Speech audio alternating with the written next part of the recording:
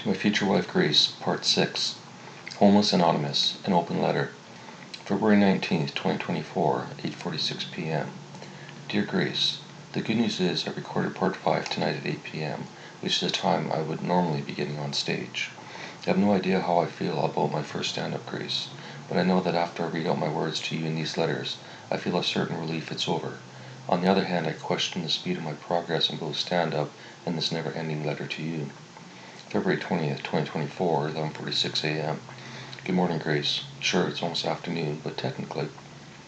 I thought more about my last letter to you and Rob's situation last night. I was right about the video.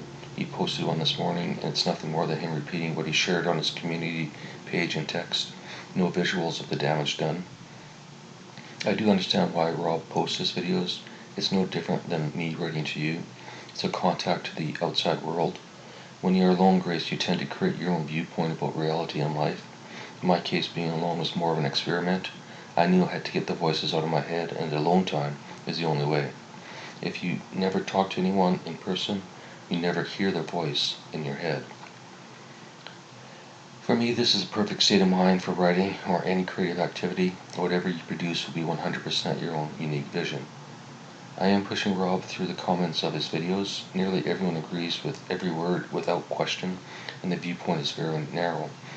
I'm trying not to be too much of a prick in my comments, Grace, but sometimes I do use a sharp edge. Speaking about talking about themselves, I feel more awake than I have in a while, Grace.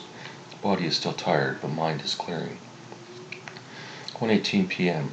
I took a shower, Grace, and it's a good place to reset. I was thinking about AT, anonymous therapy, I mentioned in an earlier letter, and I can see how Rob is, in a way, doing just that. Yes, he has followers that he interacts with online, but he doesn't talk to them. He's not having a conversation, and if anyone negatively comments on any of his videos, he blocks them. If you watch this video, Grace, I am the you again he mentions in the video. I was the one he blocked, his choice, but I question the use of AMA.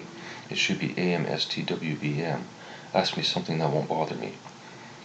That sounds a bit petty, Grace, or maybe it doesn't, I don't know.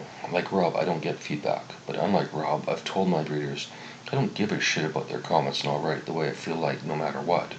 Rob still cares, he replies to the comments. I stopped caring and replying years ago. However, because he does care too much about others, even the security guards and their families who harass him, there's still hope. Rob is basically conducting AT, but without the human interaction. He can only assume the tone of the comments. He can't hear the emotion in the person's voice. Any assumption Rob makes is based on his experiences over the last couple of years, which have not been great for him. I wonder when the last time Rob had a truly meaningful conversation with another person, Grace. I'm not even suggesting counseling. I think if Rob was able to express himself anonymously, but personally, to another human, it would help. I would suggest he does exactly like YouTube, but to one single individual who will listen and learn his life story, not to give advice, but just to listen and be there for Rob. Then, when and if Rob is ready, he can ask for help from this individual. Rob believes he has no control in his life, Grace. I understand, I've been there, but he does have control and others have gone through worse. However, if you say that to him, instantly blocked. Rob is ready to talk, he's not ready to listen. Normally, if he was an addict, I would say he needs to hit rock bottom.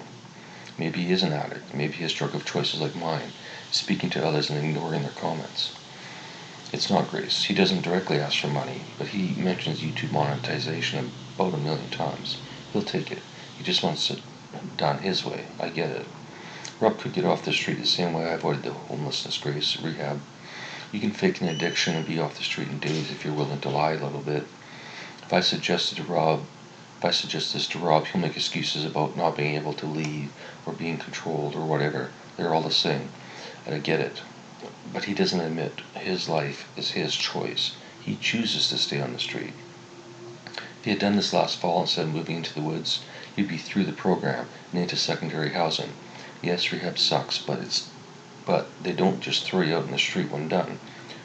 They are connected to housing opportunities the general public is not aware of, as well as job opportunities. It's possible he's aware of the option and his pride still prevents him from making the call. 3:24 p.m. I realized, Grace, I could show you a little more of my life instead of describing it. Maybe make this letter a bit more interesting visually. I shouldn't complain about Rob's boring talking heads when I'm essentially doing the same. To make up for it, here's a picture of my sausage. I decided to go back on keto for a while. I just noticed that what is left of my laptop is pretty dirty. I'll clean it once I'm done writing, Grace. Maybe. On my trip to the store today to buy sausage, I had an idea, Grace. What about Homeless Anonymous? Like AA, HA would be a group of homeless supporting each other for a better life. I'm not suggesting they do the 12 steps, Grace, although it wouldn't hurt.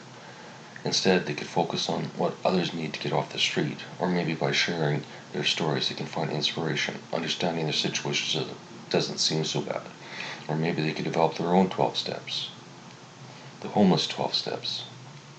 12 steps to get off homeless. So many options, Grace. I should clarify, Grace, I faked needing rehab to avoid living on the street. However, I was an alcoholic at one point in my life. I knew what to expect, and it was relatively in rehab, and it was relatively easy for me as a writer to make up stories at an AA meeting. Nobody actually questions your story since it's anonymous, in theory, but it's a great way to get stuff off your chest. Also, since Rob is desperately hoping his Ontario disability application is approved, a stint in rehab will actually help the application. I suspect if I made the suggestion to Rob, you'd say, I don't trust the other homeless. Probably most homeless men would say the same. They're alone on the street for a reason. 7:12 p.m. I realized I still haven't sent you a day in the life, Grace. 7:12 p.m. I realized I still haven't sent you a day in the life of Dave letter, Grace. I'll attempt to incorporate eventually. I just returned from the library where I was writing notes about this letter. I couldn't seem to find the flow earlier. I'll try again now. I was thinking more about the rehab as a way off the street, and it seems logical to me. I guess that's why I did it. I don't understand why others wouldn't. The rehab doesn't even care. They are paid by the government either way. And the one I went to admitted, I know some of you are here to avoid the winter, not addiction. That's okay with us. My experience was fine, but I'll admit I was in a better place than Rob is in now. I decided to write my way through it, and I did. Everything I wrote was crap, but at least I wrote, Grace. The first 30 days they'd take away your electronics. I didn't mind. I was happy to write by hand. My handwriting is barely legible, Grace. It looks like a child's, unfortunately. I remember being embarrassed in a business seminar once where my boss called me up to write on the whiteboard for him. I tried to shake my head no, but I had no choice. I was forced to write in childlike handwriting in front of my co-managers, in fact. It was a management seminar. It didn't help that at the time I couldn't spell very well either. I'm better now, or maybe not. I can't remember which words I misspelled. But my boss did say, I see why you didn't want to write. No shit, Sherlock. I was their IT guy and did everything by email and computer, not their fucking secretary. The food was fine in rehab, not the highest quality, but not shit. Cook was in fact a paying job at the rehab that anyone could be trained on and earn extra cash. I failed to record this February 21st, 2024, 11:47 a.m. I failed to record this letter last night, Grace, and I don't like the flow of this letter, so I'll end it now. I could rewrite by why. These were my thoughts at the time. These are the thoughts I should be sharing with you directly, Grace, not editing them to make myself look better. Thanks for being there, Grace. David.